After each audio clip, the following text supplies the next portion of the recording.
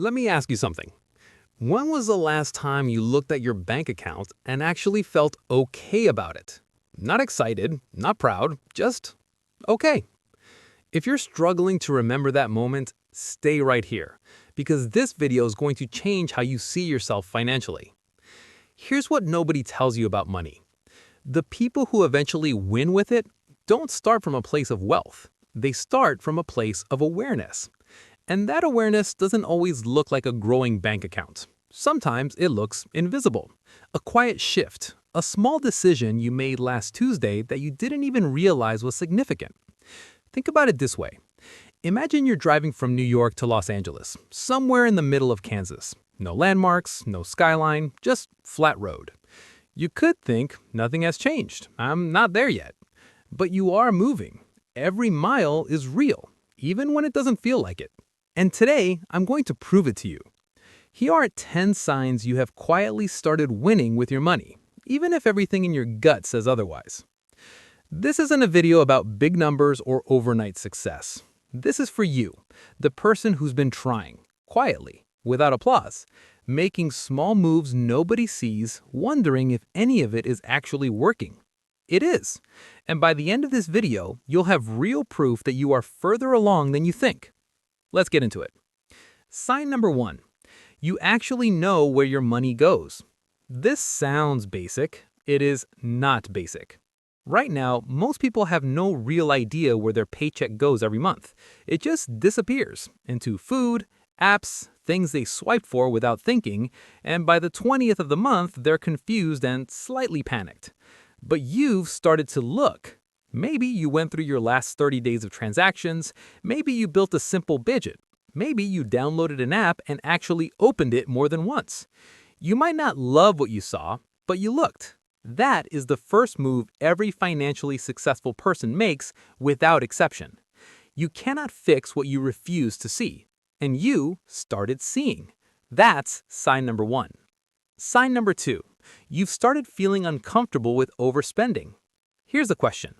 When you buy something you know you probably shouldn't, does it still feel completely fine? Or has a small voice started showing up? That voice, that little flicker of, I probably shouldn't have done that, that is not guilt. That is growth. A year ago, that voice might not have been there at all. You'd swipe the card and move on. But now, something in you is paying attention. Something in you has started connecting your spending to your future. Most people never develop that instinct. You are not most people anymore. The discomfort you feel after a bad financial decision is your financial conscience waking up. That's sign number 2. Sign number 3. You have something set aside even if it feels embarrassingly small. Think of a number right now. Any amount set aside somewhere. A savings account, a jar, a secondary account you never touch. Doesn't matter if it's $80 or $800. Here's what that number actually represents. Every moment you chose not to spend when you could have. Every time future you won over present you. That is not embarrassing. That is a foundation. A man named Marcus, 31, renting, fully supporting himself, kept a $500 buffer in a separate account. Just $500. But when his laptop broke and he needed it for work, he handled it in 48 hours. Zero debt, zero panic. $500. That's what standing between you and a crisis can look like. Whatever you have set aside, even if it feels like nothing, something beats zero every single time. That's sign number 3. Sign number 4. You've said no to something you actually wanted. Saying no to something you genuinely wanted means your priorities have started to outweigh your impulses. Your financial future beat out your present desire in a real moment. Maybe it was skipping a trip. Maybe it was putting something back in a store. Maybe it was turning down plans because the weekend would cost money you didn't have to spend. That is real discipline, not the theoretical kind you read about in books. Every time you say no to what you want now for the sake of what you need later, you are building a muscle most people never built. That's sign number 4. Sign number 5. Your relationship with debt has shifted. Not resolved, shifted. There's a version of you, maybe not too far back, who added to credit card debt and didn't think much of it. You paid the minimum, life moved on. but something has changed. Now when the balance goes up, you feel it differently. Maybe you've listed exactly what you owe. Maybe you've started attacking one balance specifically. Maybe you've just stopped adding to it, and that alone is progress. Your brain is beginning to treat that as a real cost, as something that belongs to you, which means you have the power to remove it. When debt stops feeling like background noise and starts feeling like something you're actively fighting, you've crossed a line most people never cross. That's sign number 5. Sign number 6, you've automated at least one good habit. Willpower runs out every single time. You've had weeks where you were motivated and weeks where you were exhausted and just wanted to order takeout and forget about money. That's not weakness, that's being human. That's why automation is the most underrated financial tool available to you. If you have even one thing running automatically, a $20 transfer to savings every payday, an auto pay on a bill, a roundup feature on your debit card, you've removed that habit from the willpower equation entirely. It just runs, whether you're motivated or not. One automated good habit is worth more than 100 "I'll do it tomorrow" intentions. That's sign number 6. Sign number 7. You think in trade-offs, not just prices. This is the one to pay close attention to. There are 2 ways to look at a price tag. The first way, can I afford this right now? The second way, what am I actually giving up if I buy this? That second question changes everything.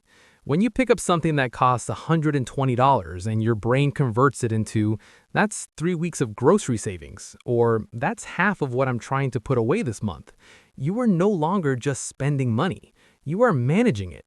And sometimes you'll still buy the thing, but now you'll buy it with your eyes open, knowing what it actually cost you. The moment your brain starts trading, not just spending, you have leveled up in a way most people never do. That's sign number 7. Sign number 8, you've had at least one uncomfortable money conversation. With yourself, with your partner, with a family member, with a landlord or a creditor. Have you actually talked about money with someone, even when it was awkward? Told someone no when they asked for money you couldn't give? Negotiated a bill or called about a fee?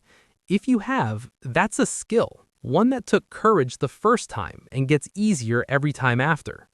Avoidance is the most expensive habit in personal finance. If you've started choosing discomfort over avoidance, that's sign number 8. Sign number 9. You can tell the difference between a want and the want that feels like a need. Real needs: rent, groceries, utilities, transportation. Obvious wants: vacations, new clothes, entertainment upgrades. But there's a third category. This is where budgets fall apart. It's the $15 app you need for productivity, the daily $6 coffee you need to function, the streaming upgrade you need because you watch so much TV anyway. These aren't evil, but they aren't needs. And the fact that you can now look at your own spending and identify them, call them out by name, means your financial self-awareness is at a genuinely advanced level.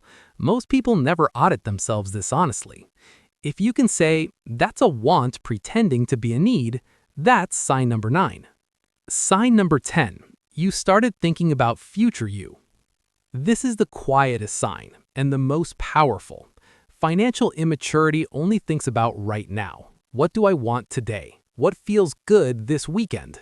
Financial maturity thinks about the person you're going to be.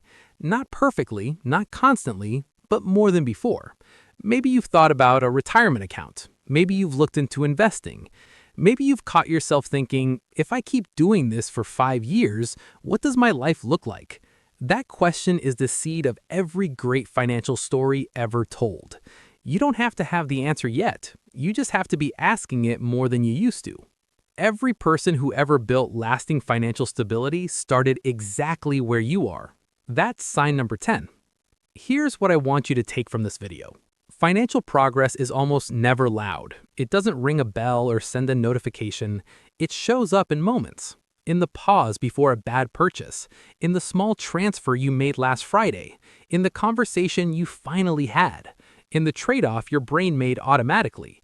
Those moments are real. They are building something, and they belong to you. So if even 3 or 4 of these signs sounded like you, hear this. You are not behind. You are in motion. Keep going.